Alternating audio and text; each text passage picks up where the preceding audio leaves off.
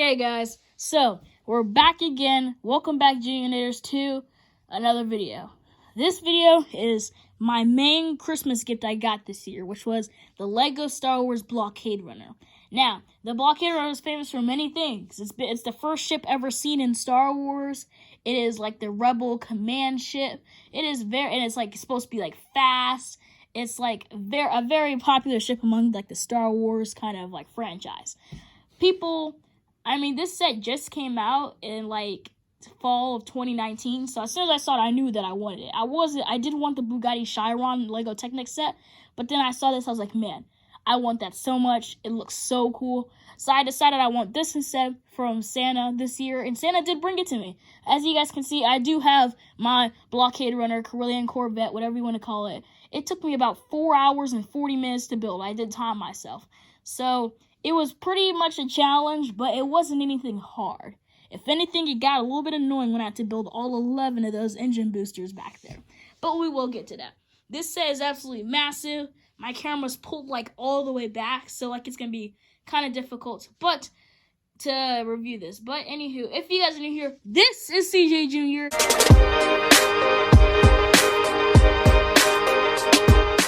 Making awesome videos about Legos, vlogs, mocks, and more. If you guys want to see more of that, then subscribe and turn on your post notifications because we need to get to 100 subscribers.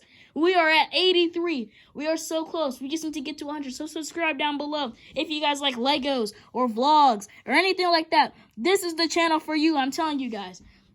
But today, with all that excitement all the way, we have the Lego Star Wars Blockade Runner or Tantive 5, I believe it's called. That's what the box says, but it can be called the Carillion Corvette Blockade Runner Tantive 5. I don't know, whatever you want to call it. I call it the Blockade Runner. It's more formally known as the Carillion Corvette. The guys do the same thing. Don't pester me in the comments about it. They're all the same thing. Look it up, okay?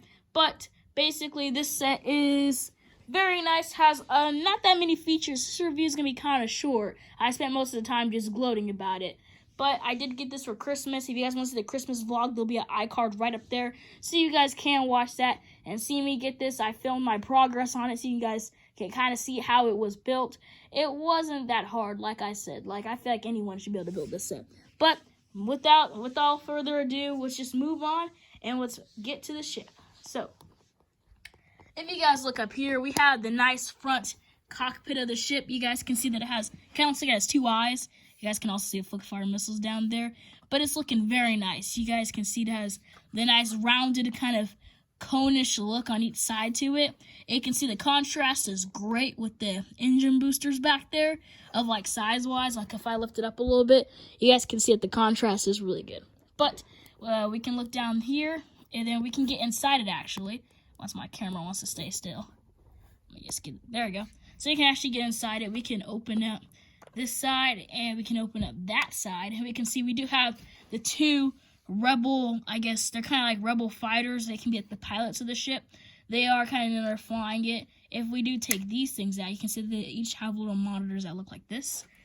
They are just pretty much sitting there. It's a pretty open conish area in here. They're just kind of just floating there. There's nothing down here, so you can probably put more minifigures down there, but they just won't be standing or sitting. But they can't really see out there. There's no windows. These are just stickers on here. I wish they were printed, but they're not. They are just stickers. If we do move down the line of the ship, we do see right here in this kind of center section, we have a nice little turret up here that has these opposable little independent blasters with stud shooters right there up under them. And then if we lift the set up, we can also see that down here, there are more of those independent moving turrets, so they can shoot some people from the bottom. And then if we move on down, this is kind of where we get to actually stuff you can get inside of, except for the cockpit. There are some more blasters, turrets, things on here. There's 4 of them. There's 2 on each side of the ship. I gotta show you guys. There we go. There's 2 more over here. But this is where you can kind of get inside the ship. So let's move the camera. Basically, if you just pull this top part up right here, you can get inside.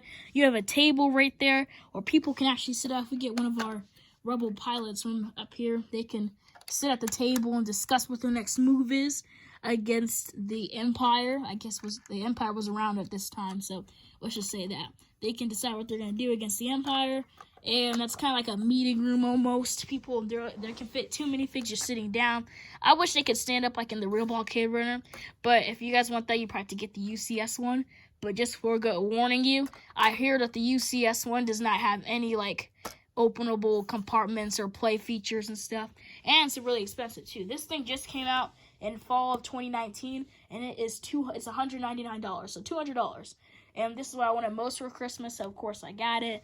But yes, I did not pay for this, but Santa gave it to me. Basically, what we do is we do have another compartment back here. I don't know why I just said what we do, but we have another compartment back here.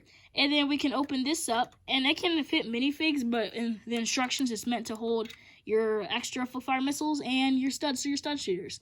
So that's kind of just like a storage area. It can be used for holding minifigs, but like I said, the instructions told me to do that, and it's just been sitting on my shelf ever since I built it. Haven't really got the chance to play with it yet. Over here is the escape pod / the airlock, so you can kind of take. One thing I do want to mention, I like the greeveling all around. Like you can see on the engine thrusters, greeveling all over the place. And then there's like the little roller skate right there, and there's some more greeveling along here, more greeveling along the top. I love when there's always greeveling, and I may be saying that a lot. You may not know what it means. It basically essentially kind of means like random pieces, kind of just around here to make like kind of it have like a rustic look, like it's not all clean and classy. Like you see this yellow places, like there's no other yellow pieces, so it's kind of like out of spot, I guess, like another one up here. It's just meant to make it like have a more of a rugged, used kind of look to it. And if we do open, the escape pods are able to come off and like launch away, I guess you could say. And there is space in there for like 2 minifigures, R2-D2 and C-3PO are supposed to go in there, but I'm not really big on showing the minifigures because you can easily just go look them up. But that's pretty much what's in there. Same on the other escape pod. Now, a cool part about this ship also is the fact that you get a handle with this. This satellite dish up here becomes a handle when you lift it up, and it's pretty much the center of gravity.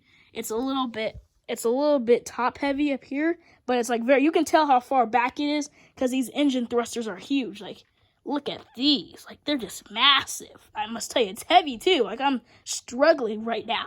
But you might think I'm weak because it's a Lego set. You're probably like, CJ, you're so weak. It's just a Lego set. You know what?